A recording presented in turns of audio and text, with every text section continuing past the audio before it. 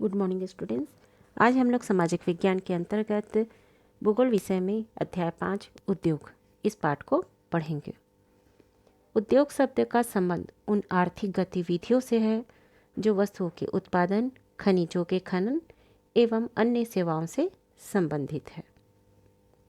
इस पाठ के अंतर्गत हम पढ़ चुके थे प्राथमिक क्रियाकलाप, द्वितीयक क्रियाकलाप, उद्योगों का वर्गीकरण, जिसमें उद्योगों का वर्गीकरण जो है कच्चे माल, आकार और स्वामित्व के आधार पर किया गया है। कच्चा माल जो है उद्योग कृषि पर आधारित भी हो सकता है, खनिज पर आधारित हो सकता है, समुद्र पर आधारित और वन पर आधारित हो सकता है। इसको हम पढ़े थे। और साथ में आकार, जो उद्योग है उसका आकार लघु भी हो सकता है और बृहत आकार का भी हो सकता है। स्वामित्व के आधार पर उद्योगों को निजी क्षेत्र, राज्य स्वामित्व और सार्वजनिक क्षेत्र, संयुक्त क्षेत्र और सहकारी क्षेत्र में भी वर्गीकृत किया गया था। और उसके बाद में हम उद्योगों की अवस्थिति को प्रभावित करने वाले कारक को पढ़े थे, जिसमें से प्रमुख कारक थे कच्चे माल की उपलब्धता, भूमि, जल, श्रम, शक्ति, पूंजी, परिवहन और बाजार।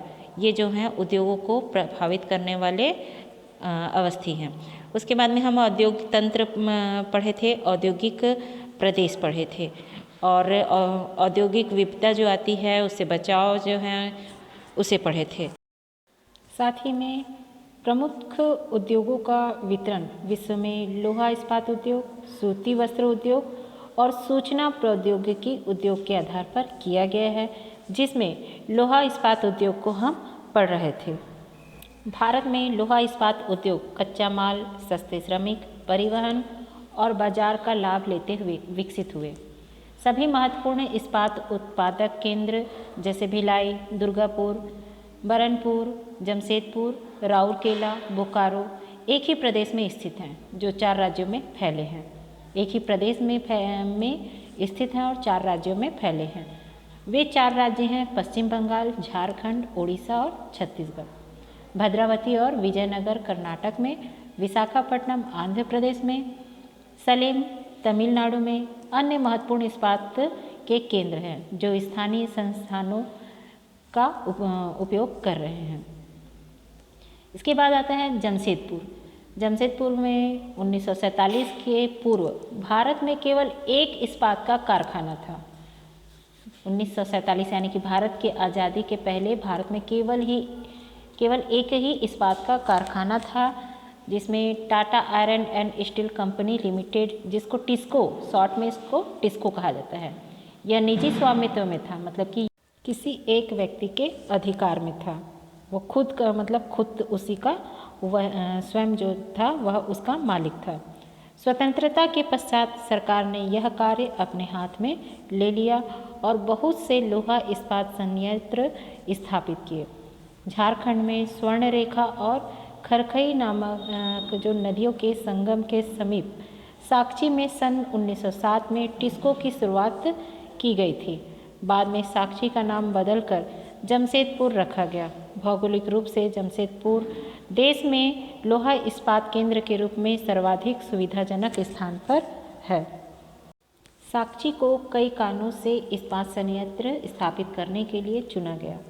यह स्थान बंगाल नागपुर रेलमार्ग पर कालीमाटी स्टेशन से मात्र 32 किलोमीटर की दूरी पर था। यह स्थान लौह अयस्क, कोयला और मैग्नीज निक्षेपों के साथ साथ कोलकाता के निकट भी था, जहां विशाल बाजार उपलब्ध था। आप जानते ही हैं कि कोई भी उद्योग स्थापित करने के लिए वहां पर कोयला, पानी, साथ में सड़कों की सुविधा होनी चाहिए, रेल मार्ग की सुविधा होनी चाहिए, कच्चे माल की व्यवस्था होनी चाहिए, तब फिर वहाँ पर उद्योग जो है आसानी से किया जा सकता है। तो यहाँ पर बाजार की भी उपलब्धता थी, जिसके कारण से साक्ची में इस इस्पात संयंत्र को स्थापित किया गया था। टिस्को को झरिया कोयला क्षेत्रों से कोयला और उड़ीसा और छत्तीसगढ़ से लौह अयस्क, चूना पत्थर, डोलोमाइट और मैग्नीज प्राप्त होता है। खरखई और स्वर्णरेखा नदियों से प्राप्त जल की आपूर्ति होती है। सरकारी प्रोत्साहनों से इसे पर्याप्त पूंजी उपलब्ध हुई। जमशेदपुर से टिस्को की स्थापना के बाद कई अन्य औद्योगिक संयंत्र स्थापित किए गए। इनमें रसायन इंजनों के पुर्जे, कृषि उपकरण, मशीनें, टीन की चादरें, केबल और तार का उत्पादन किया जाता है। भारत में लोहा इस्पात उद्योग के विकास से त्वरित औद्योगिक विकास आरंभ हुआ। भारतीय उद्योग के लिए लगभग सभी क्षेत्र अधिकांशतः अपने आधारभूत अवसंरचना के लिए लोहा इस्पात उद्योग पर निर्भर है। भारतीय लोहा इस्पात उद्योग में बृहत समकलित इस्पात संयंत्रों के साथ साथ इस्पात मिल भी सम्मिलित हैं। इसमें द्वितीयक उत्पादक, रोलिंग मिल और सहायक उद्योग भी शामिल हैं। इसके बाद आता है पिट्सबर्ग। यह संयुक्त राज्य अमेरिका का एक महत्वपूर्ण इस्पात नगर है। पिट्सबर्ग के इस्पात उद्योग को स्थानीय सुविधाएं उपलब्ध हैं।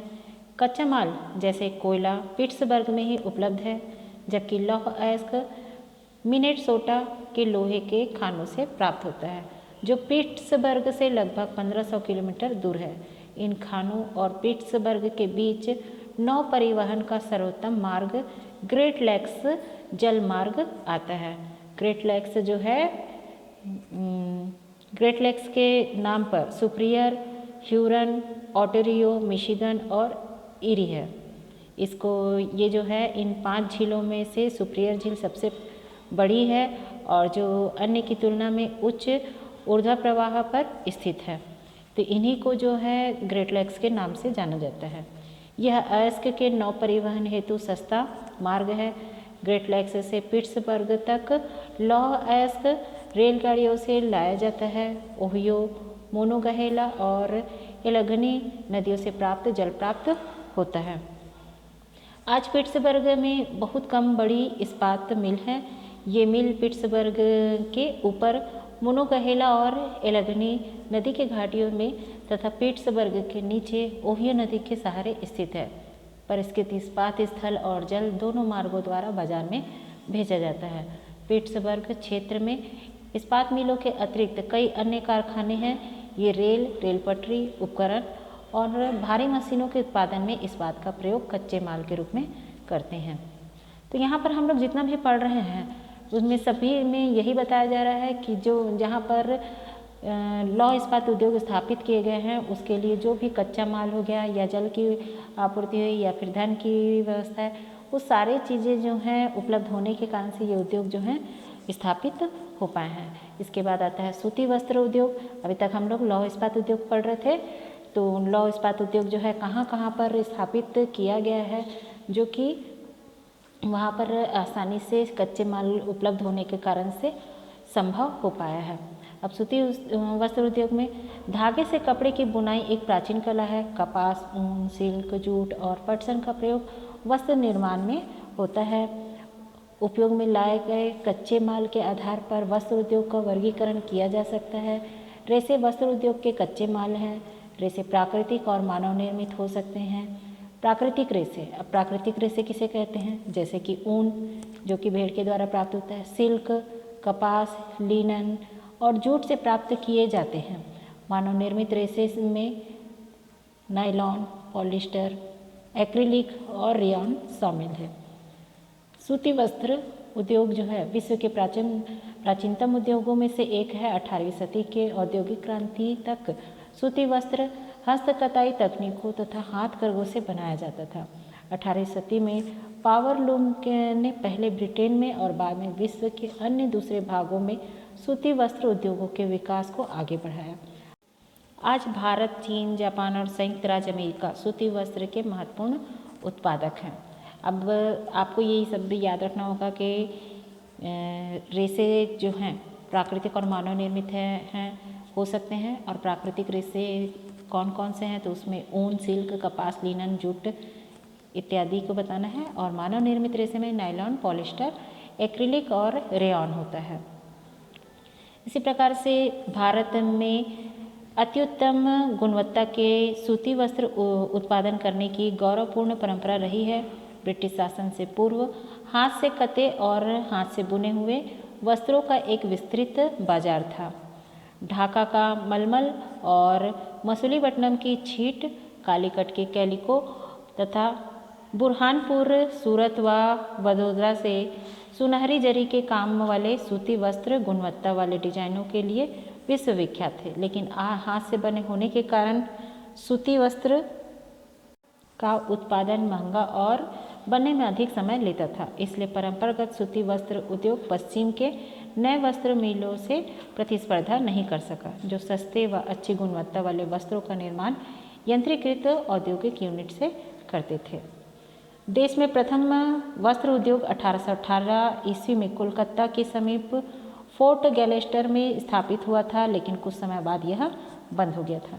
तो हम लोग यहाँ पर अभी सूती वस्त्र उद्योग पढ़ रहे थे, जिसमें से इस उद्योग के लिए क्या क्या स्थिति जो है जरूरी होती है, कौन से मानव निर्मित है, कौन सा प्राकृतिक है, और इस उद्योग का कहाँ कहाँ पर विकास हो पाया, इसको हम अगली क्लास में पढ़ेंगे।